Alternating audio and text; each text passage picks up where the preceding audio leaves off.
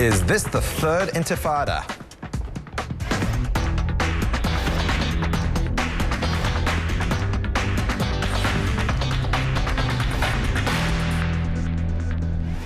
Thanks for staying with us this Saturday morning. I'm Richard Wolff. Violence in the Middle East is escalating with new incidents just this morning. In a moment, we'll take a look at what's behind the sudden uptick and where it might be headed. Meanwhile, this period of time was supposed to be John Boehner's swan song as Speaker of the House. Instead, it looks like he'll be forced to stick around for a while. We'll dive into the chaos that is delaying the Speaker's retirement plans.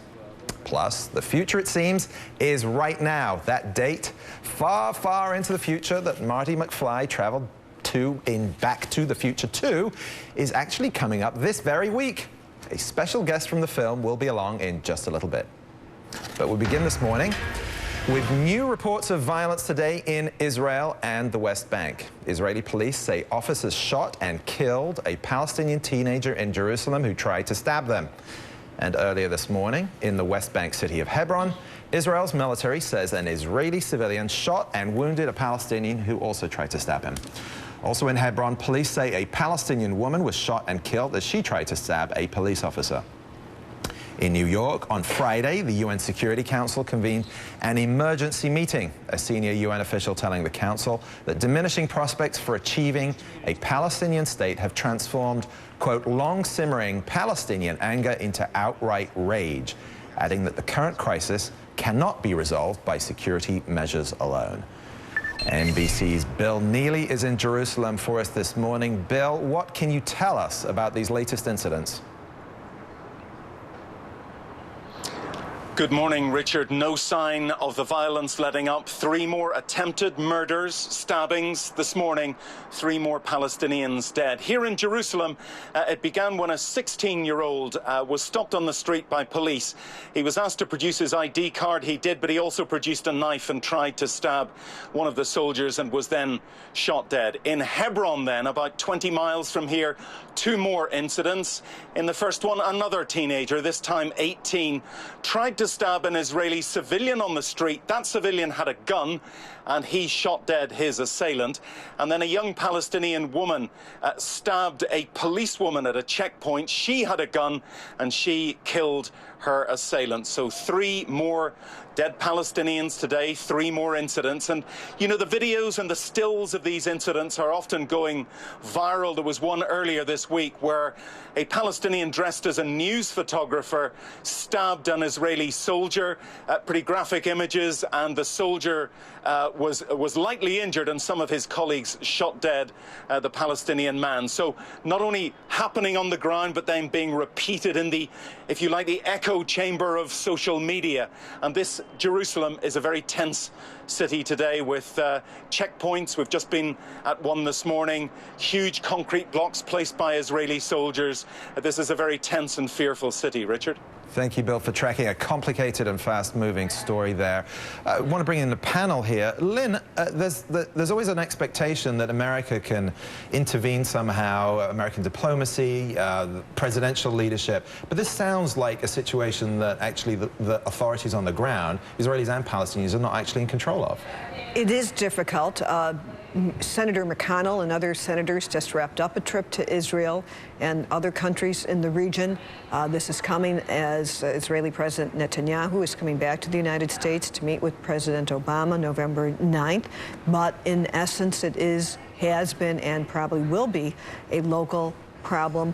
You know, Netanyahu said he wanted to meet with Palestinian Authority leader Abbas.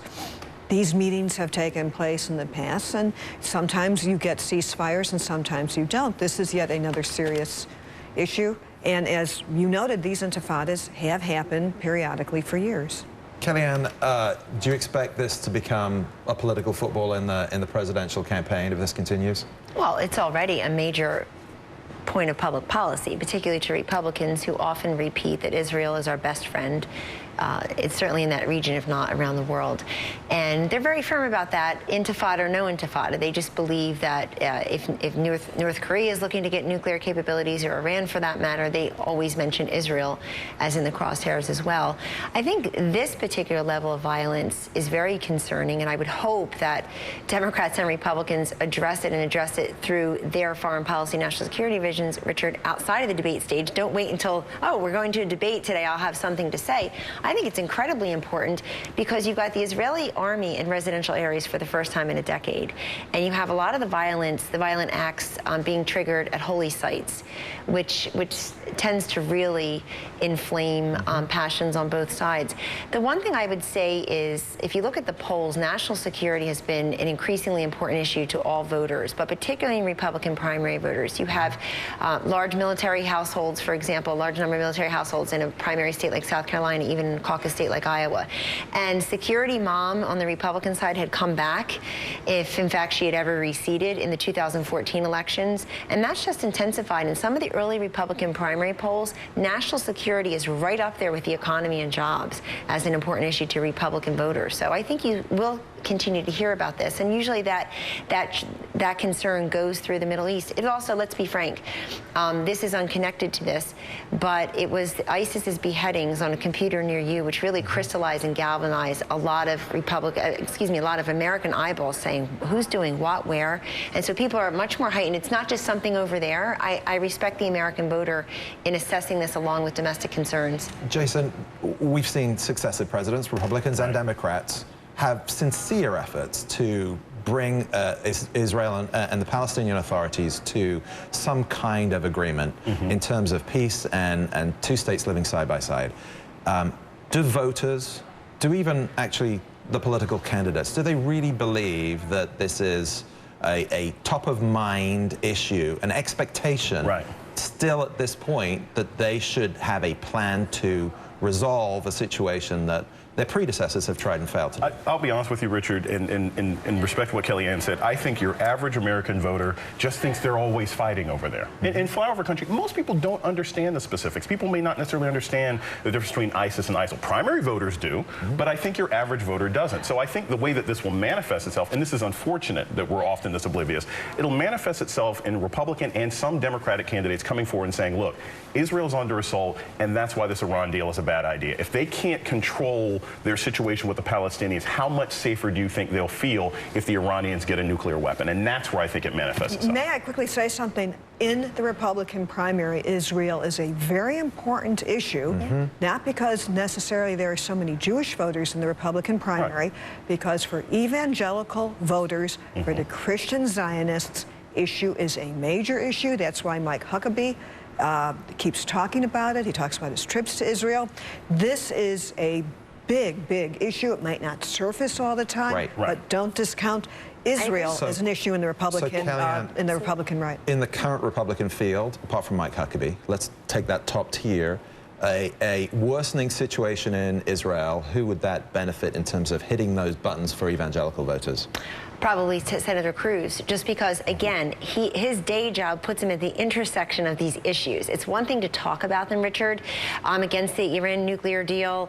Israel's our best friend. It's quite another to be one of 100 Americans in the United States Senate who actually gets the briefings, who has to vote on the actual bills and legislation and make a statement. So I actually think it benefits him also because it's not a new issue. He speaks about it on the stump almost wherever he goes, even when he talks about religious liberty. He talks about Israel, when he talks about, obviously, the Middle East, the Iran nuclear deal. Had that big rally where he invited Donald Trump. It was Cruz's rally. He invited Donald Trump, and Trump spoke very briefly. It was Cruz who really carried the day. So I think it benefits him, but it does benefit some of the down-ballot candidates like Mike Huckabee, who takes an annual trip to Israel. Rick Santorum has been talking about this for ages. I don't think you can see much differentiation between a lot of the Republican presidents on the matter of the importance of Israel. However, you see a difference in the experience. I mean, this is where I think people are baffled to say, wow, look who's ascending in the Republican Party. Ben Carson, it's great that he has all these accomplishments, amazing, but can you see him as your commander-in-chief? His supporters can, but that's a question. You're going to have to see all of them as your commander-in-chief. Okay, we've got to keep our eye on another big story we're watching this weekend. Vice President Biden's pending decision on whether to enter the the race for president, a decision that we're told could come any day now. NBC's Hallie Jackson is live outside the vice president's home in Greenville, Delaware. Hallie, I understand the vice president's been on the move. A little bit of action here, Richard. If you take a look at some of the video, about 20 minutes ago, the vice president pulled out of his home, the motorcade, followed by the press, of course, and he headed over to Bellevue State Park, which is about 15 minutes away from here on the outskirts of Wilmington. We know that last weekend he went and saw his grandkids compete in some tournaments. He saw his granddaughter at a cross-country meet, so presumably that is where he is at the moment. It's interesting, though, because you don't often see members of the media camped out on this very quiet suburban street in Wilmington, but it's an indication of just how much close attention is being paid to the vice president's movements and to his actions, particularly over this weekend, as we believe he is getting closer to announcing whether he will or will not run for president. A couple of key questions that we believe he's considering. One, does he have it in him to go all the way? And two, what is the path to victory here? We know that the vice president will be on the move again later tonight. He's actually headed up to Manhattan to receive an award, a human rights award there. He will be giving a speech. And then we don't know what's on his schedule over the next few days or when we may begin to hear some of that drip, drip, drip of which way he may be leaning. Richard? Hallie, is there any sense of what kind of forum he might make an announcement? The sense that we're getting, and my colleague Kristen Welker and I have been talking about this, is that we may begin to hear over the next few days, maybe Sunday, Monday, Tuesday, some leaks, right, about who he's talking to or which way he's leaning. But if he were to run, and that's still a big if at this point, it's likely we wouldn't hear any kind of announcement, any kind of rally or official announcement for maybe another week or so after that. Okay, Hallie, thanks for staking out the story on the vice president in the Delaware. Still ahead, the Mets and the Cubs face off tonight in their first NLCS matchup. We'll go back to the future with a man who predicted Chicago would go all the way. And next, the speaker's race, why John Boehner is still trapped in Washington. We'll have the details of that on the other side of this break.